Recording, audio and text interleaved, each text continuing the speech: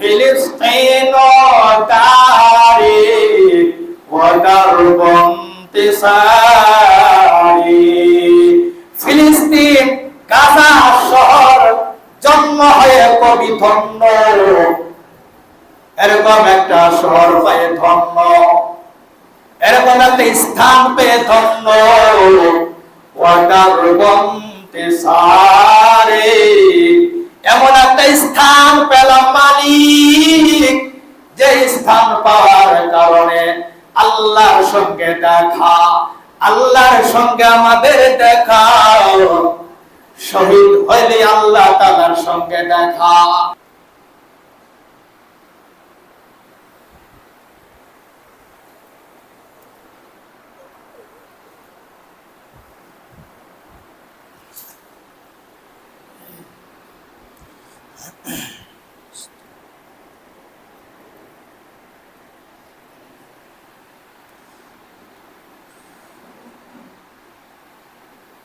আসসালামু আলাইকুম ওয়া রাহমাতুল্লাহি ওয়া বারাকাতুহু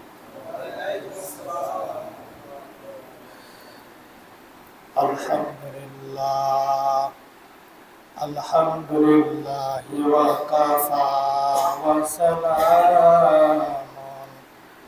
ওয়া সালামুন আলা ইবাদিহিল্লাযীনা ইসতাফা أما بعد فأعوذ بالله من الشيطان الرجيم وما للظالمين من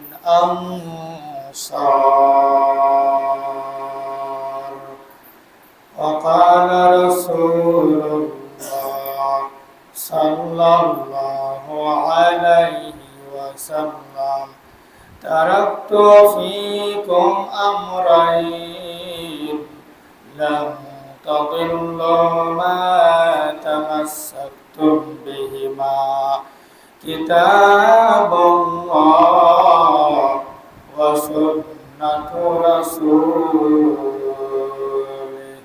وقال الشاعر يا فلسطين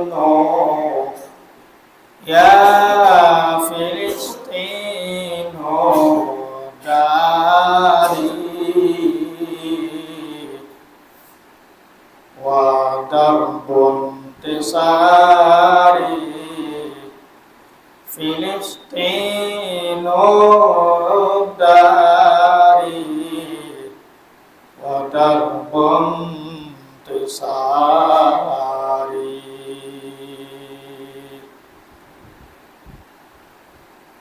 রব্বে কারীম আমরা যেন সবাই বয়ানটি শুনে আমল করতে পারি সবাই আমরা মাবুদের কাছে আল্লাহ তাআলার কাছে সকলে বলি আমিন আমিন মাহে রমজান সম্পূর্ণ হয়েছে শাওয়াল মাস চলমান মাহে রমজানে আমরা রোজা রেখেছি শাওয়াল মাসও এরকম আল্লাহ পাকের কিছু বান্দা বান্দি শাওয়ালের 6টা তারা রোজা রাখতেছে রব্বে কারীম যেন আমাদের সকল ইবাদত কবুল করেন সবাই জোরে জোরে বলি আমিন আমিন সম্মানিত উপস্থিতি সম্মানিত হাজিরিন কিতাবের মধ্যে লেখা আছে মাহে রমজানের রোজা কবুল হওয়ার জন্য মাহে রমজানের ইবাদত গুলো কবুল হওয়ার জন্য মাহে রমজানের তেলাওয়াত কবুল হওয়ার জন্য মাহে রমজানের সাহারি কবুল হওয়ার জন্য মাহে রমজানের ইফতার কবুল হওয়ার জন্য মাহে রমজানের 20 রাকাত তারাবি কবুল হওয়ার জন্য বুজুর্গরা মাহে রমজানের পর থেকে 6 মাস পর্যন্ত দোয়া করত। কয় মাস? 6 মাস। জরিপ করে যদি দেখা হয় যে আপনি রমজান মাসের ইবাদত গুলো কবুল হওয়ার জন্য কয়দিন দোয়া করছেন, অথচ ওনারা অনেক বড় বুজুর্গ ছিলেন, অনেক বড় মুত্তাকিওয়ালা ছিলেন, আল্লাহওয়ালা ছিলেন। ওই আল্লাহওয়ালা, ওই মুত্তাকিরা 6 মাস পর্যন্ত শাওয়াল থেকে আরম্ভ করে 6 মাস পর্যন্ত মাহে রমজানে সমস্ত ইবাদত কবুল করার জন্য আল্লাহর কাছে দোয়া করত। আমাদের কি অবস্থা? আমরা সেকেন্ডে গুনাহের কাজ করতেছি, সেকেন্ডে বেপরদা হয়ে চলতেছি। এত কিছু করা সত্ত্বেও আমাদের মুখে এটা বের হয় না, ওগো আরশের মালিক, ওগো মদিনার মালিক, ওগো মক্কার মালিক, ওগো সারা দুনিয়ার মালিক, ওগো আসরের মালিক, ওগো দুনিয়ার মালিক, ওগো সবার মালিক, ওগো আল্লাহ, আমার মাহে রমজানের রোজাগুলো কবুল করো, মাহে রমজানের ইবাদতগুলো কবুল করো। আমরা ইনশাআল্লাহ এই দোয়াটি সবাই ইনশাআল্লাহ করতে থাকবো নেক্সট 6 মাস পর্যন্ত। কিতাবের মধ্যে লেখা আছে 6 মাস সম্পূর্ণ হয়ে যাওয়ার পরে এরপর আবার দোয়া করা, ওগো আল্লাহ যেন রমজান যেন পাই। সকলে বলি সুবহানাল্লাহ। কত সুন্দর কথা। 6 মাস পর্যন্ত দোয়া করলেন, আল্লাহ এই বিগত রোজা যেন কবুল করো। 6 মাস শেষ হয়ে গেছে, এরপরে সময় হলো বাকি 5 মাস সময় হলো, ওগো আল্লাহ সামনে রমজান মাস যেন পাই, এই দোয়া করা।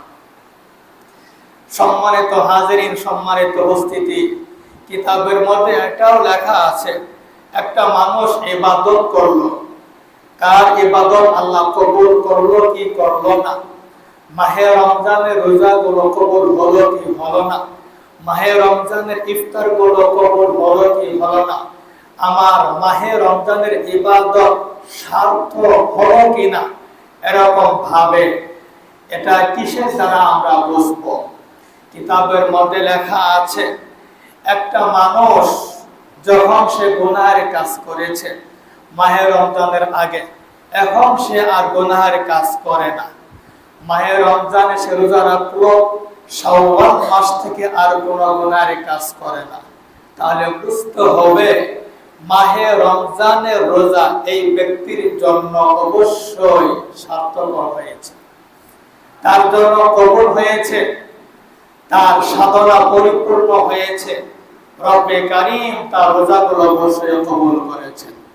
না হয় অনেক কিছু করলাম কিন্তু একটাও আলামত থাকলো না, আমার ভিতরে একটা পরিবর্তন থাকলো না, তাহলে সেটা কোনো সওয়াবই হবে না, সেটা কোনো গ্রহণই হবে না।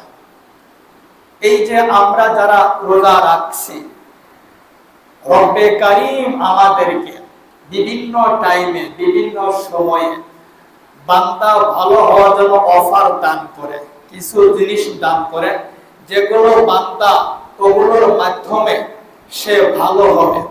এর মধ্যে একটা হলো মাহে রমজানের রোজা। রোজা এর মাধ্যমে মানুষ পরিবর্তন ঘটবে, রোজা এর মাধ্যমে নিজের জবানটাকে কন্ট্রোল করবে, রোজা এর মাধ্যমে সে নামাজ আদায় করবে। তো যে মানুষটা মাহে রমজানে রোজা রাখলো, নামাজ সম্পূর্ণ করলো, তেলাওয়াত করলো, নেক্সট টাইমে সেরকম ভাবে চলতেছে, কোনো এরকম শরীয়ত বিরোধী কোনো কাজ করে না, এরকম নামাজ আদায় করে সুন্দর করে চলাফেরা করে, সুদ খাই না, সুদ দেয় না, গীবত করে না, সুন্দরভাবে চলাফেরা করে, রব্বে কারীম ওই ব্যক্তির রোজা অবশ্যই কবুল করছেন। সবাই জোরে সরে বলি আলহামদুলিল্লাহ। আপনি আমি যদি পরিবর্তন না হই, তাহলে সারা জিন্দেগি ইবাদত করলে শুধু ওই পরিমাণ সওয়াব পাওয়া যাবে, তাহলে ওই পরিবর্তন হওয়ার কোনো কাজ আসবে না।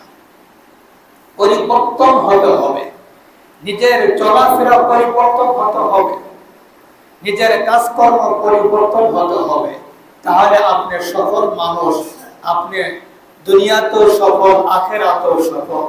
রব্বে কারীম আমরা যেন ইবাদতের মাধ্যমে নিজেদের ভিতরে পরিবর্তন করাতে পারি, সকলে জোরে জোরে বলি আমিন। সম্মানিত হাজিরিন, সম্মানিত উপস্থিতি, আমরা সবাই এটাও জানি যে আর মাত্র কয়েকদিন বাকি আছে পহেলা বৈশাখ। এটা আমরা সবাই জানি, কম বেশি সবাই জানি। আমাদের সবাইকে বুঝতে হবে যে পহেলা বৈশাখ আমরা যা দেখি বা যা শুনি, রং তামাশা, গান বাজনা, ঢোল তক্কা, এগুলাই, আর কোনো কিছু নেই। এগুলা নিয়ে ফুর্তি ফার্তি, ছেলে মেয়ে তারা গান করতেছে, এরকম ভাবে এগুলা করতেছে। এর নাম হলো পহেলা বৈশাখ। পহেলা বৈশাখ প্রতি বছরে 14 এপ্রিলে এরকম আসে, প্রতি বছরে। আমাদের বুঝতে হবে আমরা আমাদের জ্ঞানে আমরা যা জানি সেটা হলো যে মানুষের এই এরকম ভাবে তারিখ, ইংরেজি তারিখ, আরবি তারিখ, বাংলা তারিখ, এই তিনটা তারিখের মধ্যে আমরা সবচেয়ে বেশি জানি ইংরেজি তারিখ। ইংরেজি কি মাস, এটা সবাই সুন্দর করে সঙ্গে সঙ্গে বলতে পারে, একদম সবাই সুন্দর করে বলতে পারে। ওর তুলনায় এরকম আরবি অথবা বাংলা আমরা কম পারি। ইংরেজি তারিখটা সাধারণত দুনিয়ার কর্মের সঙ্গে সম্পর্ক। একটা মানুষ সে বেতন পাচ্ছে, জব করছে, জব থেকে তাকে অবসরপ্রাপ্ত করা হচ্ছে, জয়েন হচ্ছে, এগুলো সম্পর্ক হলো সাধারণত ইংরেজি তারিখের সঙ্গে। আর এই ইংরেজি তারিখটা, এই ইংরেজির সময়টা আমরা সবাই জানি, প্রত্যেক দিন রাত 12টায় শুরু এবং শেষ। রাত 12টায় আরম্ভ হলো, আগামীকাল 12টায় শেষ হবে। এটা ইংরেজির তারিখ বা তার দিন শুরু এবং শেষ। এখন আসেন বাংলা, এরপর আসেন ইংরেজি, এরপর আরবি। আরবিটা এর সম্পর্ক হলো ধর্মীয় কাজের সঙ্গে সম্পর্ক, ধর্মীয় কাজ এর সঙ্গে সম্পর্ক। তবুও কিছু কিছু মাদ্রাসা আছে, ওদের বেতন দেওয়া হয় আরবি তারিখ হিসেবে, এরকম কিছু আছে। চট্টগ্রাম যেখানে আমি পড়াইতাম, ওই মাদ্রাসা সিস্টেম এরকমই, ওরা বেতন দেয় আরবি তারিখ হিসেবে। তো এই আরবি তারিখ সাধারণত সম্পর্ক হলো ধর্মের সঙ্গে সম্পর্ক। এই আরবি তারিখটা সময়টা শুরু হয় প্রত্যেক দিন সূর্যাস্ত থেকে, যে মাত্র সূর্য শেষ ওই সময় থেকে হলো আরবি তারিখ শুরু, ওই দিনটা। আবার আগামীকাল সূর্যাস্ত পর্যন্ত, সূর্য ডোবা থেকে শুরু, আবার যে মাত্র সূর্য ডুববে শেষ। এটা হলো আরবি তারিখের সম্পর্ক। এখন আসে যেটা বাংলা তারিখ, পহেলা বৈশাখ।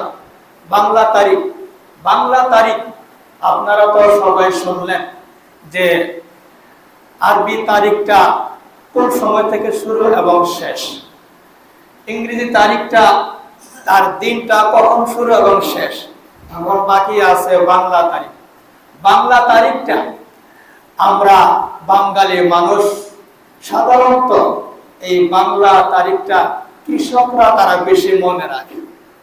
কৃষক যারা ক্ষেত খামারে যারা কাজ করে তারা মনে রাখে। এই বাংলা তারিখটা এরকম ভাবে ওই দিনটা শুরু হয় সূর্য উদয় থেকে।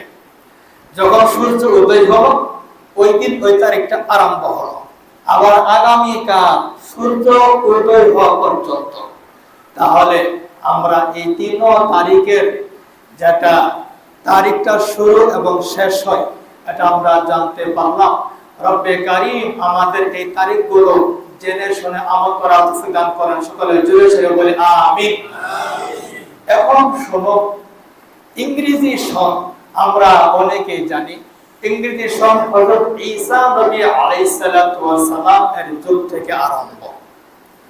ওনার আদিকাল, ওনার কাল থেকেই, ওনার সময় থেকে এই ইংরেজির হিসাবটা আরম্ভ হয়েছে। আর আরবি হিসাবটা আমরা অনেকেই জানি। পয়গম্বর বিশ্ব নবী রাসূলুল্লাহ সকলে জোরে সোরে বলি সাল্লাল্লাহু আলাইহি সাল্লাম, তিনি যখন মক্কা থেকে মদিনায় যান, ওই সময় থেকে এই আরবি সন, আরবি হিজরি সনটা আরম্ভ হয়েছে। আর বাকি আছে বাংলা সন। এই বাংলা সনটা আরম্ভ করেছে বাদশাহ আকবর। ওনার আমল থেকে এই বাংলা সনের আরম্ভ হয়েছে। বাদশাহ আকবর ওনার আমল থেকে তিনি আরম্ভ করেছেন। সম্মানিত হাজিরিন, সম্মানিত উপস্থিতি, আপনাদের এতক্ষণ যা কিছু বলা হলো, এগুলোর একটা উদ্দেশ্য আছে। সেটা হলো যে আমরা এই যে পহেলা বৈশাখ যেটা দেখা হয় বা যেটা আমরা দেখে আসতেছি, যেভাবে পহেলা বৈশাখকে বরণ করা হয়, যেভাবে পহেলা বৈশাখকে শুভেচ্ছা জানানো হয়, এটা শরীয়ত কতটুকু গ্রহণ করে এই জিনিসটা আমাদের জানা প্রয়োজন আছে। আপনি আমল করলেন সব পাবেন, আমল করবেন না আপনার গুনাহ হবে, আমার কিচ্ছু হবে না। সম্মানিত হাজিরিন, সম্মানিত উপস্থিতি, এই যে পহেলা বৈশাখ যেটা আমরা দু চোখে যা দেখি, দু চোখে যা দেখি যেভাবে উদযাপন করা হয়, ছেলে মেয়েরা এরকম ভাবে গানের অনুষ্ঠানের মাধ্যমে এরকম পহেলা বৈশাখকে বরণ করা হচ্ছে এবং গানের মাধ্যমে পহেলা বৈশাখকে বরণ করা হচ্ছে। বিভিন্ন অনুষ্ঠানের মাধ্যমে পহেলা বৈশাখকে বরণ করা হচ্ছে। বিভিন্ন ভাবে পহেলা বৈশাখকে বরণ করা হচ্ছে। বিভিন্ন অনুষ্ঠান, বিভিন্ন সেমিনার, বিভিন্ন উপায়ে এই পহেলা বৈশাখকে আমন্ত্রণ করা হচ্ছে, পালন করা হচ্ছে। আসলে যেভাবে আমরা এরকম ভাবে করে আসতেছি, এটা শরীয়ত কখনো গ্রহণ করে না, এটা শরীয়ত কখনো এটা সাপোর্ট করে না। শরীয়ত তো সাপোর্ট করে যে বেপরদা অর্থাৎ শরীয়ত বিরোধী যে কাজটি করা হবে, এটা শরীয়ত কখনো এটা সাপোর্ট করবে না। সুতরাং পহেলা বৈশাখের নামে যে সকল অনুষ্ঠান করা হয়, এটি শরীয়ত বিরোধী কাজ। পহেলা বৈশাখ নামে এরকম ভাবে গান বাজনা করা হয়, এটি শরীয়ত সম্পূর্ণ বহির্ভূত কাজ। পহেলা বৈশাখ নামে যে অনুষ্ঠান করা হয়, এটা সম্পূর্ণ শরীয়ত বিরোধী কাজ। এই কাজ থেকে নিজেরাও বিরত থাকা দায়িত্ব। নিজের ছেলে মেয়েদেরকেও বিরত রাখার আহ্বান জানাবেন। একজন পিতা, একজন মা তার ছেলে মেয়েকে যদি পহেলা বৈশাখের এই অনুষ্ঠান থেকে বারণ না করে, ওই ছেলে মেয়ে ওখানে উপস্থিত হয়ে এসে যে পরিমাণ গুনাহের কাজ করবে, ওর সম পরিমাণ পিতা মাতার আমলনামায় গুনাহ লেখা দেওয়া হবে। হাসরের ময়দানে ওই ছেলে মেয়ে আপনাকে জাহান্নামে নিয়ে যাওয়ার জন্য যথেষ্ট, আর কিছু প্রয়োজন নাই। আর যে করলেন সুদ খাইলেন, নামাজ যে পড়লেন না, নিজের বউকে পর্দা মতো রাখলেন, ওর তো শাস্তি তো আছে। সবই গুলো শাস্তি গ্রহণ করা লাগবে। রব্বে কারীম, ও দয়াময়, আমরা যেন পহেলা বৈশাখের এরকম শরীয়ত বিরোধী কাজ থেকে যেন আমরা বিরত থাকতে পারি। সবাই জোরে সোরে বলে আমিন। আসুন পয়গম্বর বিশ্ব নবী রাসূলুল্লাহ সাল্লাল্লাহু আলাইহি সাল্লামের বাণী, তিনি কি বলেছেন? আজ তাতার বিশ্ব কোন দিকে যাচ্ছে। আমি মুসলমান হয়েছি বলে আমাদের অবস্থা কি রকম হচ্ছে। একজন জালেমের সম্পর্কে আল্লাহ কি সুন্দর তিনি কথা বলেছেন। জালেমের কোনো সাহায্যকারী নেই, তার দুনিয়াতেও নেই, আখিরাতেও নেই। আমরা মুসলমান, আমরা মুসলমান হয়েছি ঠিক আছে, এরকম মুসলমানও আছে আর মুসলমানের কোন সমস্যা হলে তার বিন্দু পরিমাণ কষ্ট লাগে না, আছে নাকি নাই? অবশ্যই কিন্তু আছে। একটা মুসলমানের যদি কষ্টের মধ্যে পড়ে, আমার ভিতরে তার যদি কষ্টের কোনো ভোগ না হয়, তাহলে আমার ঈমান আছে কিনা সন্দেহ। কমপক্ষে আমার একটা কষ্ট থাকা দরকার যে আমার মুসলমান ভাই সে কষ্টের মধ্যে আছে, জালেমের জুলুমের শিকারে আছে, সেরকম শহীদ হয়ে যাইতেছে, তার জন্য দোয়া করা দরকার। এরকম যদি সম্পদ হয় সাহায্য করা দরকার। টাকা আজকে ফিলিস্তিনের দিকে, ফিলিস্তিনের কথা কি বলবো, সুন্দর একটা কবি সুন্দর একটা কথা বলছেন, ইয়া ফিলিস্তিন ইয়া ফিলিস্তিন দারে ইয়া ফিলিস্তিন দারে ওয়া দারবুন তিসারে ওয়া দারবুন তিসারে ওয়া মা লিয-যালিমিনা মিন আনসার তারাকতু ফীকুম আমরাইন লাম তাদিল্লু মা তামাসসাকতুম বিহিমা কিতাবুল্লাহ ওয়া সুন্নাতু রাসূলিহ। ফিলিস্তিনের কথা আপনাদের কি বলবো, আমরা যারা পত্র পত্রিকা যারা পড়তেছি, ফিলিস্তিনের গাজা সহ যারা খোঁজ খবর রাখতেছেন, বেশি করে দোয়া করা অবশ্যই ঈমানি দায়িত্ব। খালি দায়িত্ব না, ঈমানি দায়িত্ব, ঈমানি দায়িত্ব। বেশি করে দোয়া করা উচিত। ওগো দয়াময়, গাজাবাসীদেরকে জালেমের হাত থেকে রক্ষা করুন। সবাই জুড়ে ছেড়ে বলে আমিন। ফিলিস্তিন, ফিলিস্তিন সম্পর্কে এক কবি বলতেছেন, ফিলিস্তিন দারে। ফিলিস্তিনের কথা শুনে অনেক মুসলমান তারা ভয়াতঙ্ক, না না যাওয়া যাবে না, যুদ্ধ, মারামারি, বোমা বিস্ফোরণ, নিহত। অনেক মুসলমান আছে ফিলিস্তিনের কথাটা বলতে সাহস করে না, ভয় ভয়। ওই যে দেখলাম পত্রিকার মধ্যে ফিলিস্তিনের কি অবস্থা, গাজাবাসীদের কি অবস্থা, ইতিহাস খুলে দেখেন, পত্র পত্রিকা খুঁজে দেখেন, নিউজ নেন।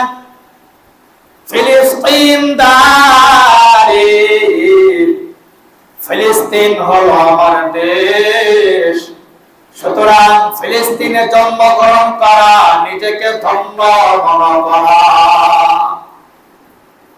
বাইতুল আকসার পাশে কোনো লোকজন ছিল না, সবাইকে মেরে ফেলছে বক্তে নসর। লোকের কোন আবির্ভাব ঘটে নাই, সবাই মারা গেছে, সবাই মারা গেছে। বক্তে নসর দুনিয়াতে নাই, ফিলিস্তিন দুনিয়াতে আছে। রব্বে কারীম উযাইর নবী আলাইহিস সালাতু ওয়াস সালামকে বলল, উযাইর বাইতুল আকসা দিকে যাও, ওখানে গিয়ে দোয়া করো। উযাইর আলাইহিস সালাতু ওয়াস সালাম বাইতুল আকসাতে গিয়ে দোয়া করলেন, ও আল্লাহ 100 বছর আগে দেখছিলাম বক্তে নসর মানুষদেরকে হত্যা করে দিয়েছে, কোনো মানুষ নাই। আজকে বক্তে নসর নাই, কেউ নাই। বাইতুল আকসা আছে, আর কত মানুষ আছে।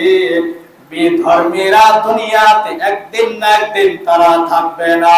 ও ইসরাইল, ইসরায়েল তুমি এখন আছো, একদিন তোমার অবশ্যই পতন ঘটবে। ও জালেম, তুমি দুনিয়াতে আছো, তোমার একদিন না একদিন পতন ঘটবে। এই ফিলিস্তিন আছে, ফিলিস্তিন থাকবে। গাজা বাসিন্দারা আছে, গাজা বাসিন্দারা থাকবে। তারা মারা গেল, তারা শহীদ। মারা না গেলেও তারা গাজী। সবাই জোরে সরে বলে সুবহানাল্লাহ। ফিলিস্তিনে দাঁড়ি ওয়াদুর ওয়াদার বন্তিসারি। গাজাবাসীদের কথা কি বলবো, কি বলবো? সত্য কথা বলতেছি, সত্য কথা বলতেছি, কোনো বানানো কথা নয়। বোমা বিস্ফোরণ করে গাজাবাসীদেরকে হত্যা শহীদ করা হচ্ছে। ওবারশের মালিক, আমরা সবাই দোয়া করি সবাইকে আপনি শহীদের মর্যাদা দান করেন। যারা জীবিত আছে তাদেরকে সবর করার তৌফিক দান করেন। সবাই বলে আমিন। এখনো কোন ভাই আছে আমিন বলতে রাজি না? সবাই জোরে বলেন আমিন। আরো জোরে বলেন আমিন। ও ভাই, ও বন্ধু, ও মুরব্বী, ও যুবক, কি বলবো, কি বলবো? তাকান। আমরা মানুষকে দেখি মারে ফেললো, হত্যা করলো, গুলি করে হত্যা করে ফেলেছে মানুষকে। আপনার সম্মুখে যদি বোমা বিস্ফোরণ করে দেওয়া হয় আর লাশটা যদি বিমান বিস্ফোরণের ধোঁয়ার সঙ্গে উঠতে থাকে, কেমন লাগবে? সুতরাং এই গাজা বাসিন্দাদেরকে এরকম ভাবে, গাজা শহর বাসিন্দাদেরকে এভাবে শহীদ করা হচ্ছে, এমন ভাবে বোমা নিক্ষেপ করা হচ্ছে। বোমা বিস্ফোরণের তার সঙ্গে, তার এই ধুলার সঙ্গে, তার বাতাসের সঙ্গে, বোমা বিস্ফোরণের এরকম ধোঁয়ার সঙ্গে লাশগুলো উড়ে যাইতেছে, ছিন্নভিন্ন অবস্থা হয়ে যেতেছে। কত বড় দুঃখজনক, কত বড় দুঃখজনক। আমি এই মসজিদ থেকে, এই যারা এখানে বসে আছেন, রব্বে কারীমকে সাক্ষ্য রেখে কথা বলতে চাচ্ছি। ওগো আরশের মালিক, ওগো মদিনার মালিক, মেহেরবানি করে এই জালেমের জুলুম থেকে গাজা বাসিন্দাদেরকে আপনি রক্ষা করুন। সবাই জোরে সরে বলে আমিন। তাহাজ্জুদ নামাজ পড়ে সবাই দোয়া করবেন। আমার যেসব ভাই শাওয়ালের রোজা রাখতেছেন, একটু মেহেরবানি করে ইফতারের সময় তাদের জন্য দোয়া করবেন, কান্নাকাটি করে দোয়া করবেন। কত ভাই সেখানে শহীদ হয়ে যাইতেছে, নির্মম ভাবে হত্যা শহীদ করা হচ্ছে। কোন খাওয়া দাওয়া তো দূরের কথা, বলে কোনো প্রশ্নই আসে না। দিন কি দিন তারপর কারো প্রবাস রয়েছে। সুতরাং আমরা ইনশাআল্লাহ প্রাণ খুলে বসে দোয়া করব, প্রাণ খুলে দোয়া করব সারা বিশ্বের যেখানে মুসলমান জুলুমের শিকার আছে, আল্লাহ যেন সবাইকে রক্ষা করেন। সবাই জোরে সরে বলি আমিন। ওই মুসলমান হয়েছিলাম বলে দোষ না, না দোষ না, দোষ না। একদিন দেখা যাবে গাজা বাসিন্দারাই তারা জিতে গেছে, একদিন দেখা যাবে ফিলিস্তিনেরাই তারা জিতে গেছে। তোমাদের যে কত ফিরআউন নমরুদ, তারা কত এরকম অনেক বড় প্রভাবশালী ছিল, তারা দুনিয়াতে বাঁচতে পারে নাই। তোমাদের মতো ইসরায়েলের গোষ্ঠী ইহুদি খ্রিস্টরাও তারা বাঁচবে না। সবাই কথা বলেন ঠিক কিনা? সুতরাং ইনশাআল্লাহ আমরা ইনশাআল্লাহ মা বোনদেরকে বলে দিবেন তারা যেন প্রাণ খুলে দোয়া করে রব্বে কারীম, রব্বে কারীম ফিলিস্তিন বাসিন্দাদেরকে যেন রক্ষা করেন। সবাই জোরে সরে বলি আমিন। আমরা ইনশাআল্লাহ সবাই মুক্ত হস্তে দান করি ইনশাআল্লাহ।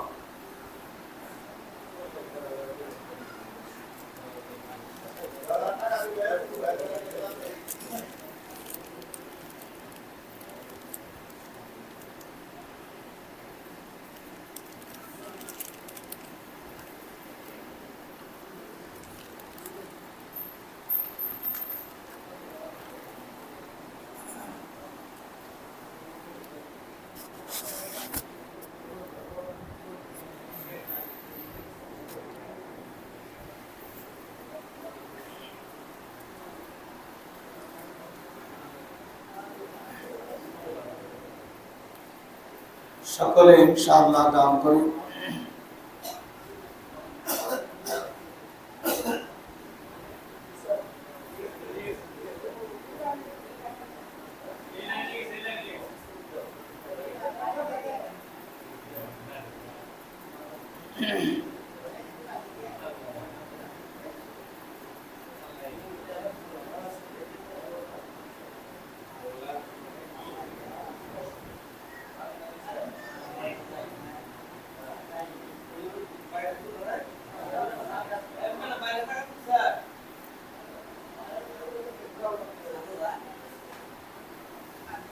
जिनार উপরে আছে মেহেরবানি করে সবাই ইনশাআল্লাহ দান করে মসজিদের জন্য সকলেই। হুজুর আমার একটা একটা মাসলা জানা দরকার। মাসলাটা হলো যে আমরা মসজিদে আসি বা কোন জায়গায় জামাত পড়ার জন্য আসছি, আর রুকু অবস্থায় পারছি, আমি রুকুতে কোন পদ্ধতিতে আমি শামিল হব, নিয়মটা কি, এটা বলে দিলে ভালো। জিনিসটা আমাদের অনেকেরই ভুল হয়, আর খালি আমরা রুকুতে শামিল হয়ে যাই। জি ইনশাআল্লাহ আমরা সকলে দান করতে থাকি এবং একটা গুরুত্বপূর্ণ সুন্দর একটা প্রশ্ন, আমরা যে নামাজ আদায় করি, নামাজ চলাকালে জামাত চলাকালে কোনো মানুষ যদি রুকু অবস্থায় পায়, মসজিদে বা পাঞ্জাগানে এসে দেখলো জামাতটি নামাজটি রুকু অবস্থায় আছে, এখন এই অবস্থায় আপনার মসজিদে প্রবেশ করেছেন, সেক্ষেত্রে জামাতে অংশগ্রহণ করা, নামাজে অংশগ্রহণ করা সেটা কিভাবে হতে পারে, সেটা নিয়ম কি? সেটা নিয়ম হলো প্রথমে আপনি কাতারে দাঁড়াবেন, দাঁড়িয়ে আল্লাহু আকবার এই তাকবীরটা দাঁড়িয়ে থাকা অবস্থায় বলতে হবে। এই তাকবীরটা দাঁড়িয়ে থাকা অবস্থায় বলবেন। দাঁড়িয়ে থাকা অবস্থা বলার পর এরপরে যাবেন রুকুতে। আল্লাহু আকবার এই তাকবীরটা দাঁড়িয়ে থাকা অবস্থায় বলতে হবে। এটা সম্পূর্ণ হয়ে যাওয়ার পরে এরপর আপনি রুকুতে যাবেন। রুকুতে যাওয়ার পর যদি আপনি তাসবিহগুলো পান তাহলে তাসবিহগুলো আপনি পড়ে নেবেন, আর তাসবিহগুলো যদি আপনি না পান তবুও আপনি রুকু পেয়েছেন, যেহেতু আপনি রুকুতে গেছেন, ইমাম সাহেব রুকু থেকে উঠে গেছে, তাহলে এটা রুকু পেয়েছেন এবং নামাজও পেয়েছেন, ওই রাকাতও পেয়েছেন। এখানে যে বিষয়টা প্রশ্নকারীর উদ্দেশ্য হলো সেটা হলো রুকুতে যে আমরা যাব কোন ভাবে যাব, সেটা প্রথম নিয়ম হলো আপনি আল্লাহু আকবার এই তাকবীরটা দাঁড়িয়ে থাকা অবস্থায় বলতে হবে, ঝুঁকে গেলে হবে না। দাঁড়িয়ে থাকা অবস্থায় আল্লাহু আকবার সম্পূর্ণ করে এরপর আপনি রুকুতে যাবেন।